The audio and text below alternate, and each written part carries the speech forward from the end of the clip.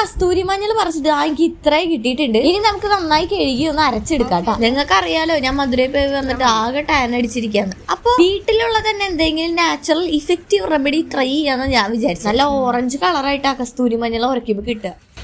ഇവിടെ വരെ വന്നു മഞ്ഞളുടെ മണം. ഇനി ഇത് വെറുതെ എടുത്ത് മുഖത്ത് തേക്കില്ല, ഇത് തേക്കുന്നതിന് ഒരു ശാസ്ത്രീയ വശമുണ്ട്. അരച്ച മഞ്ഞൾ പുളിച്ച തൈര് രണ്ടും കൂടി മിക്സ് ചെയ്യാട്ടോ. മിക്സ് ചെയ്ത് കഴിയുമ്പോൾ ആ മഞ്ഞ കളർ പോയിട്ട് നല്ല ലൈറ്റ് യെല്ലോ കളർ. അതുകൊണ്ട് ഇതേപോലെ സാധാരണ എനിക്ക് വീട്ടിലുള്ള മഞ്ഞൾ വെച്ച് തേച്ച് കഴിഞ്ഞാൽ അത്ര ഇഫക്റ്റ് ഒന്നും കിട്ടാറില്ല. ഇതിന്റെ റിസൾട്ട് നമുക്ക് എന്താവോ നോക്കാം. ഇത് മഞ്ഞളാണ് നമ്മൾ തേക്കണേ. ഏതെങ്കിലും കൂറ ടീഷർട്ടൊക്കെ എടുത്തിട്ടോളൂ ഗൈസ്. മഞ്ഞളൊക്കെ തേച്ച് ഞാൻ കുട്ടപ്പേണ്ടി 20 മിനിറ്റ് വെച്ചിട്ട് മുഖം കഴുകാം. മഞ്ഞ കളർ പോവല്ലേ എന്ന് കാണാം.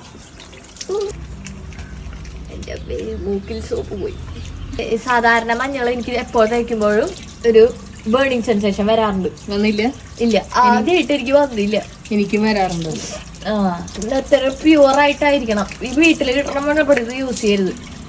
ഈ മുഖത്തൊക്കെ പോണ്ടോ നോക്കട്ടെ, ഇല്ലെങ്കിൽ സൂപ്പറാവും.